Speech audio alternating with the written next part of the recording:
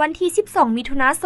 2025แผนกทรัพยากรธรรมชาติและสิ่งแวดล้อมแขวงเซกองแจ้งเตือนสภาพอากาศและระดับน้ำเซกองฉบับที่ 2 ว่า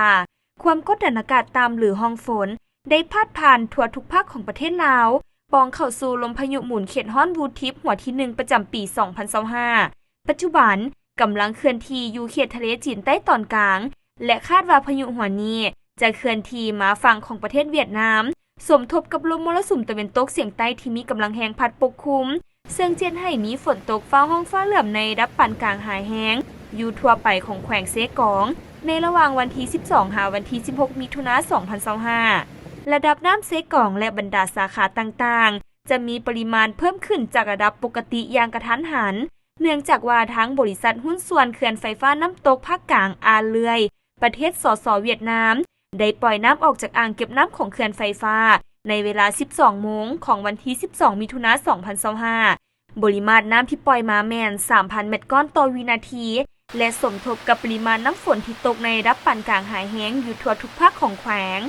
ระดับน้ำเซกองเวลา 7 โมงของวันที่ 12 มิถุนายน 2025แทกได้2 เมตรจุด83 เซนติเมตรคาดคะเนระดับน้ำเซกองในระหว่างวันที่ 12 หาวันที่ 16 มิถุนายน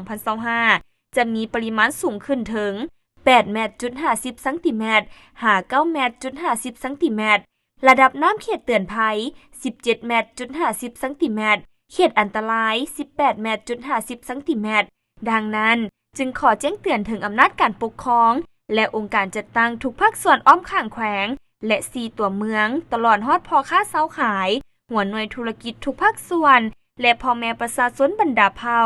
ที่ตั้งถิ่นฐานหรือทำมาหากินอยู่เลียบตามแคมแม่น้ำเซกองและบรรดาสาขาจงมีสติระมัดระวังจากสภาพการดังกล่าวที่อาจจะเกิดขึ้นพร้อมนี้ขอให้ติดตามข่าวสภาพอากาศและระดับน้ำจากแผนกทรัพยากรธรรมชาติและสิ่งแวดล้อมแขวงเป็นประจำ